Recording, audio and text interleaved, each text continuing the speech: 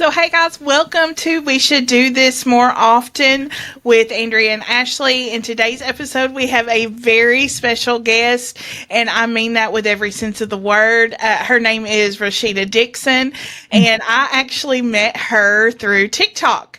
But from day one, she has been just more than a mutual follow. She has been a light, a cheerleader, and a reminder that real community doesn't come with competition. It comes with encouragement. Rasheda is a 46-year-old mom of three and a grandma of three. I could not believe that. She looks so young to be a grandmother. But she is a woman who has lived through some deep heartbreak, and including a 23-year marriage that ended in betrayal. But instead of staying in that place of pain, she has let God rewrite her story. So now she is passionate about Bible study. She's going to 3 of them, which blows my mind. I mean, I love the Bible, but I don't know that I would have time for 3 of them. She is obsessed with sunflowers, true crime, and she uses her life to shine a light and point people back to Jesus. So she's our people. Her name is Gracefully Whole on TikTok. So if you have a notion, go follow her. I promise you will not be disappointed. And she is going to share what that really means.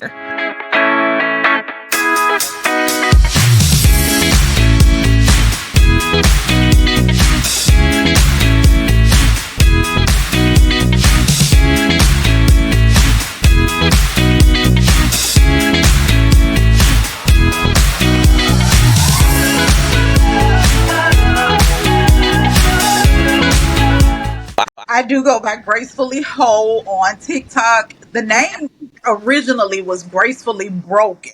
And I heard Tasha Cobb's song Gracefully Broken one day when I was going through the separation out. And I was like, oh God, that is what you done. You gracefully broke me to bring me to her.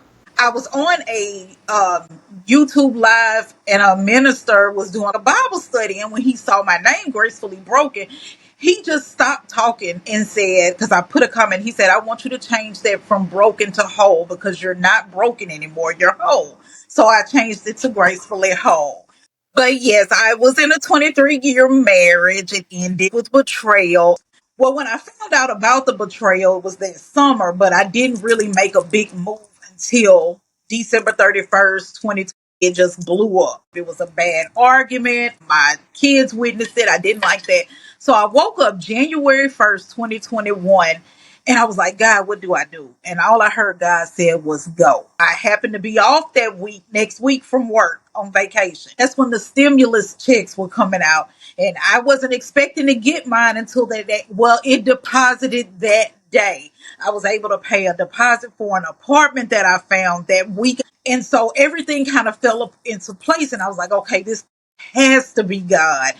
Like a year later, I thought back to that time and I termed it, he made the move smooth because I followed what he told me to do. It's because at the time I had a senior in high school, one going to senior, and then my oldest son was in Iraq. He's in the military. So if you ask my 2 that was home, they say I cried every day. And I was thinking I was hiding it from them because I would go in my closet. But they heard. My daughter was like, I don't even know how you still have tears because I cried so much. But I talked to my pastor I have a very good relationship with, and he just kept pointing me to God. And so I say, let me try this thing really with God. And I kid you not, put me into like an isolation. My friends wasn't answering the phone, even some family members. All I had was him.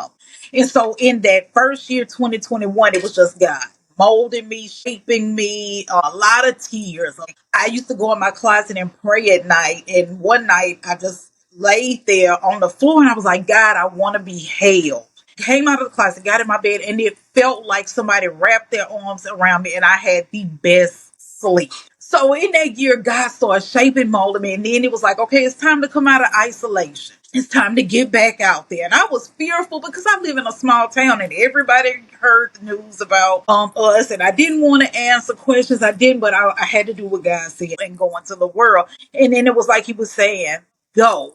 And I need you to use what I've given you, what you've learned in this year for other people. It wasn't easy because I'm going to tell you. Prior to this, I was a pessimistic. I was the glass halfway empty. Darkness. If you came around me and said, "Oh, the sun is shining," I'd be like, "Well, yeah, the weatherman said it's going to snow next week, so there." That was me. Anything. Relatable. Yes.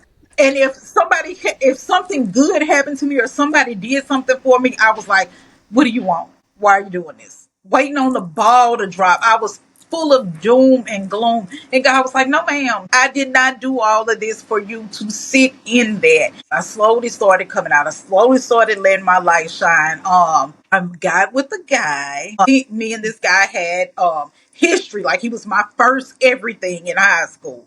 We got together and I kind of started backsliding. I felt myself, and then we even moved in together. I knew God was not pleased with that because we weren't married. And the whole time it was in the back of my head, God was like, "This, this is not right. This is not right." And then we were at each other, like, didn't get along. And it was because we were not living the way God would have been pleased with. And so that ended. It took me down. And at the end of that relationship ended, I was going through so much on my job. I work on as a property manager on a tax credit property, low income, but it was so crime ridden. Like, I was dealing with shootings every day, CPS, kids abandoned, and I lost a key member in my on my team that really helped me. And then I just snapped, and I went to my doctor, and she said, "You're having a nervous breakdown." And so the first, she was getting ready to put me in a mental hospital, and she said, "I don't want to do that to you." She said, "Because I don't think you're that gone, and that may make it worse." So she put me on FMLA for 3 months. God said, "We're going to do this again." Because in those 3 months, I was isolated. God was like, "We're going to try this all over again." But this time, it was really different. And I didn't wrestle with him in it. I knew it had to be done. And when I say he filled me up, to where even when some things were going bad, I was like, "God is bad right now, but I know it's not going to last forever. God is bad right now, but there's sunshine coming." Not, I wouldn't fall into despair like I would previously. So I said, this is what I told my friend. I said, "Girl, this time I'm not doing it." I said, "Jesus, you're my man, and I'm going to stick beside you no matter what, come what may, no matter what people says, I'm going to do it." But I want to go back to kind of the catalyst that started all of this, which was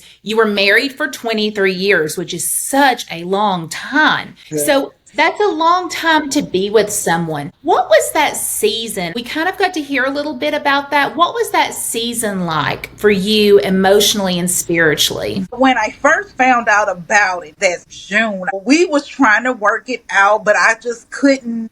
I ended up trying to cope with it with alcohol, and I was prescribed Xanax. And so I was like, "Okay, I could do this. I could deal with this." But it wasn't good. It was drinking and taking the pills. And then we got into a big bad blow up, and I left in October. I left for about 2 weeks. I had found an apartment that was going to be ready down the line or whatever. And he talked me into going back. "Let's try to make this work." But it wasn't, because the way it was working, because I was always drunk or I was always on the pills. And what really made me realize I cannot do this is I got off work one day. I stopped at the store, and they had the little bottles, 2 for $5 of vodka. Sat in my car in the garage, drank both. Walked into the house, and my daughter, she was 17, 16 at the time. And she was all excited to tell me something about school. And she looked at me, and she could tell I was drunk. And she was just like, "Never mind." And that bothered me. But in that time, I was doing the Tuesday Bible study with my friend, but I was just there like, "Hey, I'm just here, y'all." Not really into it. It was a lot of missed time, if I can make, because I was drunk. I was either drunk or on the pills. I missed a lot of time, a lot of, I was not even present. Thank God at the time my job was still kind of in that COVID phase. So and this was before I switched to property management, and I was the Section 8 manager. So we had staggered schedules. We would only have to go into the office every other day for 4 hours, and we would have to keep our door closed. And it was only maybe a handful of, I was in there drunk and on pills. So I got to say thank you, God, because he kept me at that time. I could have lost my job. but it was a lot of darkness. I wanted to hit on that because I think that was powerful. You kind of took us through like after the divorce, this is what happened, but I really wanted to tap into that, like those 6 months before you were like, I'm done. Because I don't think that a lot of people realize that when, you notice that you're excessively drinking or taking the pills, trying to numb the pain, trying to numb yourself so that you can emotionally stay in an emotionally draining relationship. That's not a way to cope with what's happening. That's not a way to endure and to get through because you're missing so much of your life. Even when your daughter was like, never mind. And your children start to notice. So thank you for the vulnerableness. Right.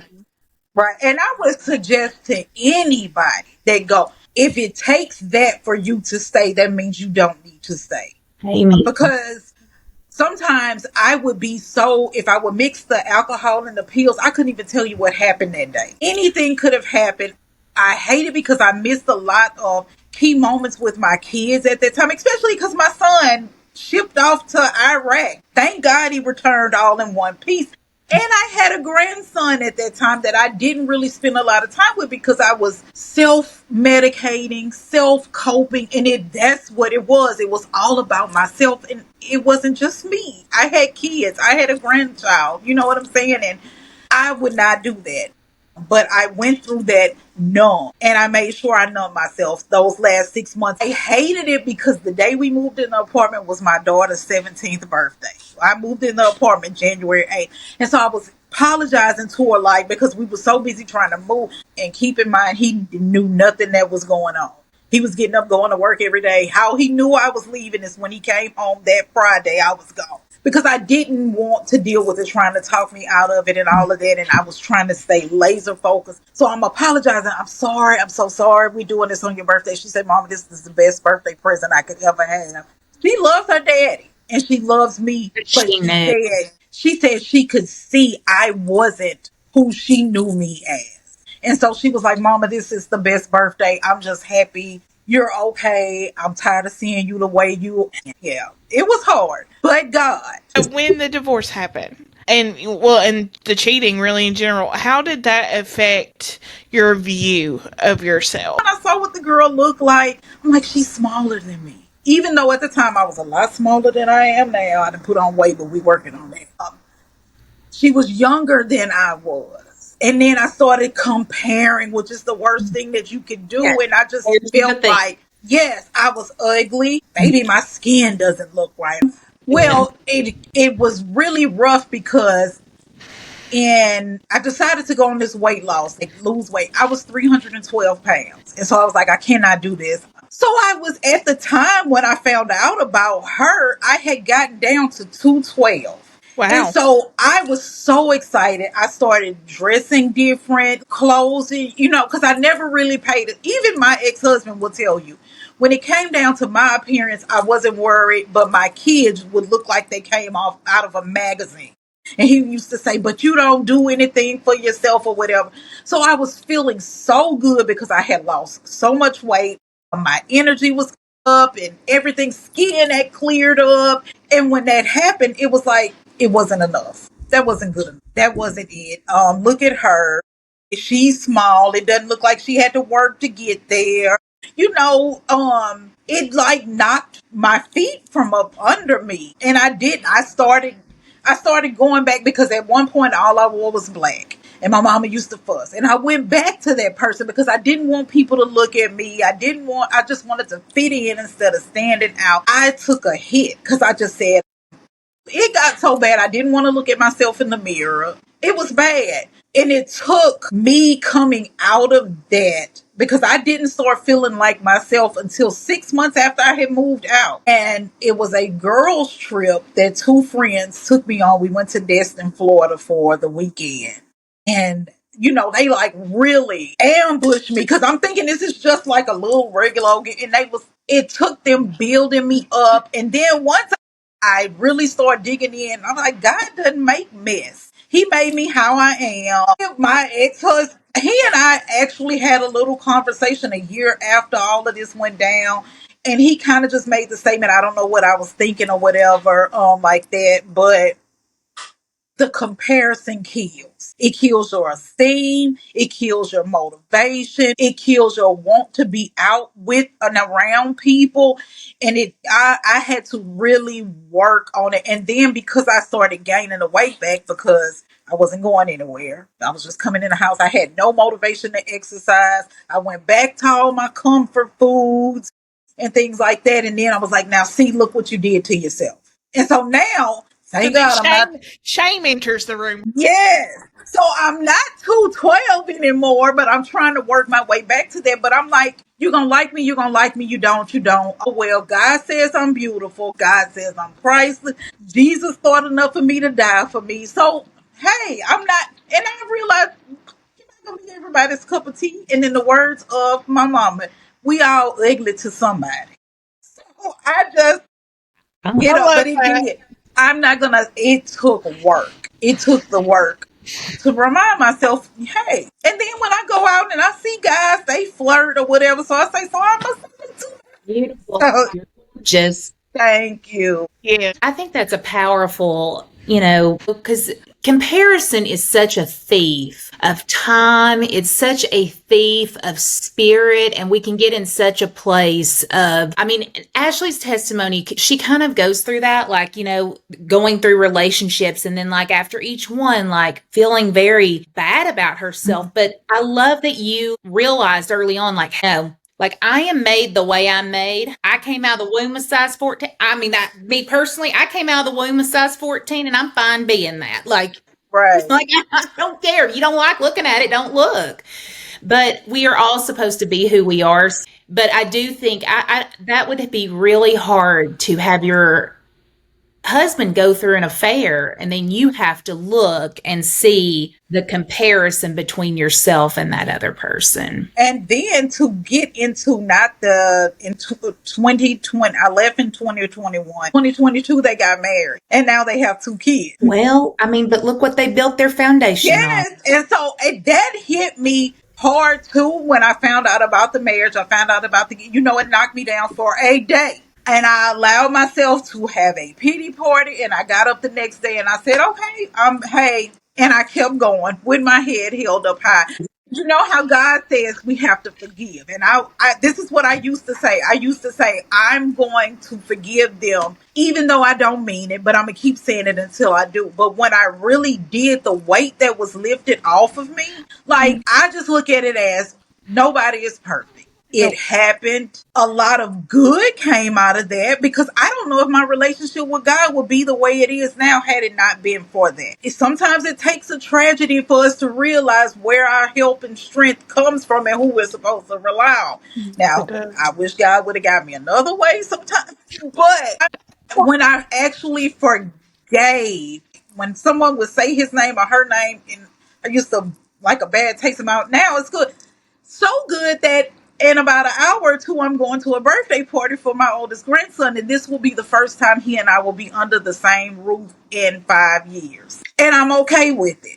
And it took God a lot of crying and a lot of praying, but I'm good with it. God can pull you out of a pit. No, ma'am, big research nerd. Chronic unforgiveness is linked to higher stress levels. Unforgiveness is associated with a chronic stress response in the body, which can increase the risk of cardiovascular disease. So, like 87% of Americans believe in the importance of forgiveness, but only 48% actually report that they practice it. And so the way I keep myself grounded in that is Bible study. When I tell you, I beat myself up when I start the Old Testament. And I like it because the thing that sticks out to me is every time they went up against someone in the Old Testament, guys had the same phrase. Be not afraid. I am with you. Be not afraid. I am with you. Even when the Israelites was being hard-headed and stiff-necked, be not afraid. I am with you. Be not. So I took that to me. He's with me. I'm going to shine his light. A lot of people are looking at me like, girl, because they know the old me. And I have some people that test me to see if they can take me back to their BC me, but I can't go back. I promise God that I So I'm using that.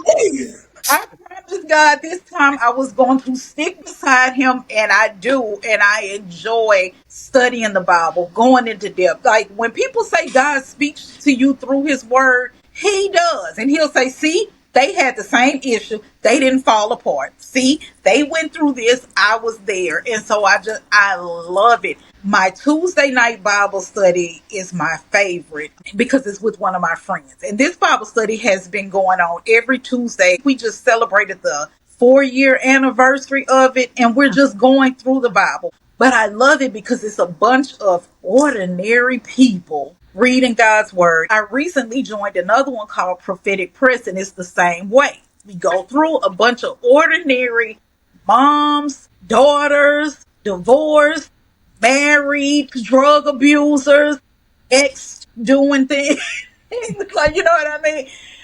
And all just ordinary people that God has came in and say, hey, yeah, that's who you was. We focusing on who you are now. And I love it. I just love everything about the Bible. I love how you said you use those Bible studies to keep you grounded, to keep you rooted, to keep you close to God. And I think that's so powerful because when you first said, I go to 3 Bible studies a week, I mean, Ashley's like, I don't know if I could do all that.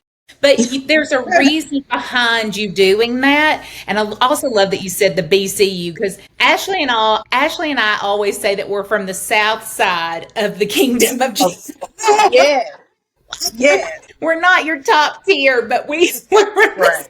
You mentioned it towards the beginning of the episode. You said that, or at least you described yourself as a pessimist. So what do you think was the biggest part in finding your joy again? Because I know I used to struggle with that a lot too, and that is a hard habit to get out of.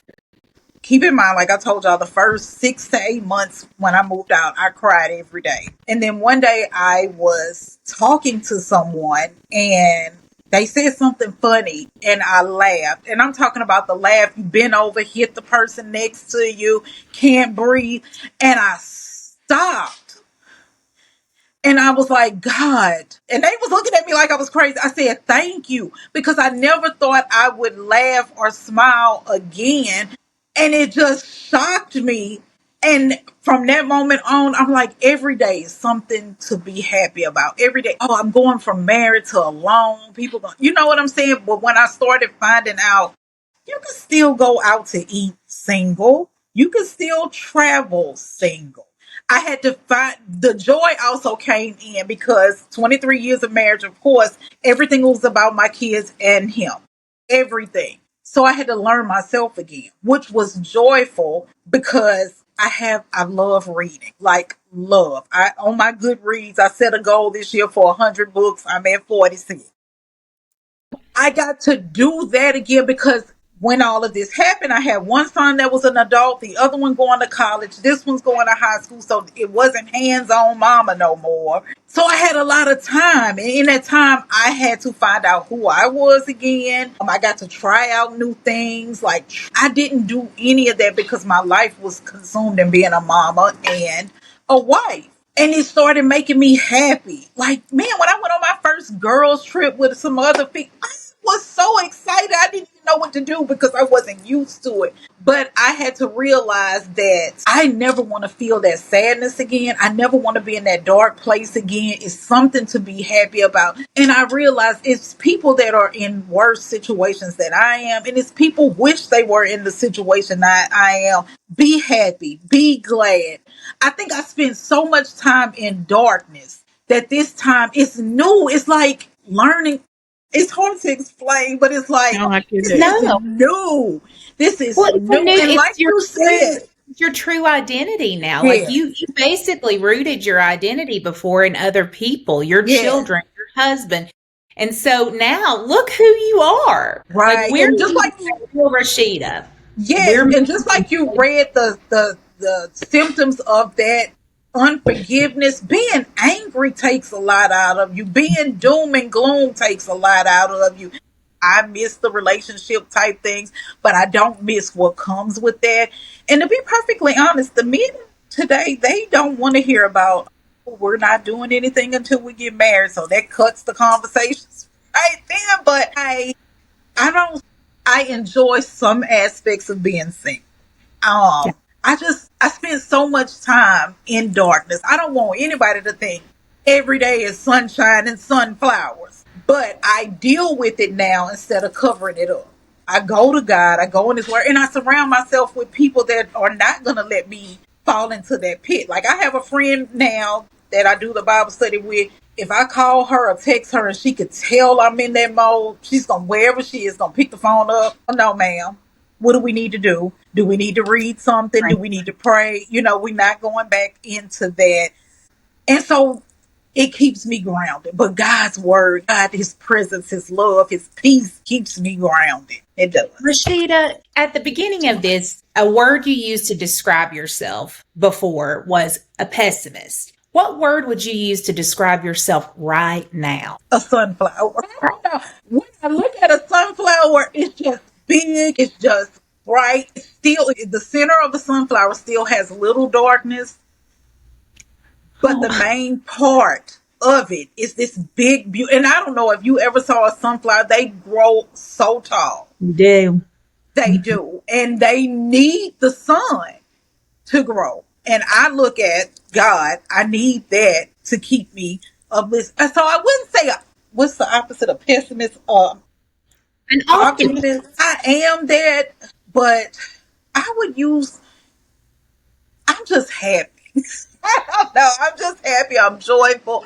I love the I'm sunflower analogy. thankful. I do Yeah. too. Great analogy. Because think Yeah. about it, sunflowers can't thrive without sun. So they can't thrive without God. They have to also have people who are moving in the same direction as them to be able to Yes. grow. Actually, sunflowers grow in bunches, right? Yes. They don't even grow just singular. Look at And me. they feed people, Remember I honey. was They a feed people. herbologist. Yes. And Yes. I think sunflower is perfect. Yes. I Yeah. think it is perfect for you. Yes. Absolutely. Is there a particular verse or even a few that you just typically, I call it life verses or favorite verses or something like that, that really just you think maybe sum up your story and what God has done in your life? Exodus 14:14. God will fight for you. You only need to be still. Because I went into defense mode a lot afterwards. Like, I felt like I had to defend myself against this, against that, against this. And God was like, "No, you don't got that. All I need you to do is be still. Be still in my presence. Be still. I got the rest." And I was still. Yes. I That love is my that. favorite. Exodus 14:14. That's incredible. Absolutely incredible. Well, Rashida, thank you so much. You really just don't know what a pleasure it has been and how Thank much it has y'all. meant to get to partner with you in this way and to hear your story and to just experience you every day. It's like a little pocket-sized version of you I get to carry around with me when I see you through TikTok. So I just want you to know your light shines and keep doing it because you are inspiring, you are comforting, and you really have an encouraging spirit. And I think that God is using you in an incredible way. Man, what a treat that was to get to talk to Rashida. If y'all aren't already following her, go find her on TikTok. Her tag is gracefully whole, WHOLE. And just look for the sunflower, which was the word that she used to describe herself now. Her content is full of God's truths, encouragement, and the kind of light we all need more of. She truly is a sunflower. And if you have a story to share, or if you would love to be featured as a guest on the show, please email us at weshoulddothspodcast@gmail.com. Be sure to follow us on social media. You can find us on Facebook. You can also find us on Instagram at We Should Do This Podcast and on TikTok as We Should Podcast. Don't forget to tune in next week because We should do this this more more often. often. We're And we'll awful at get it. better at it too. Bye, guys.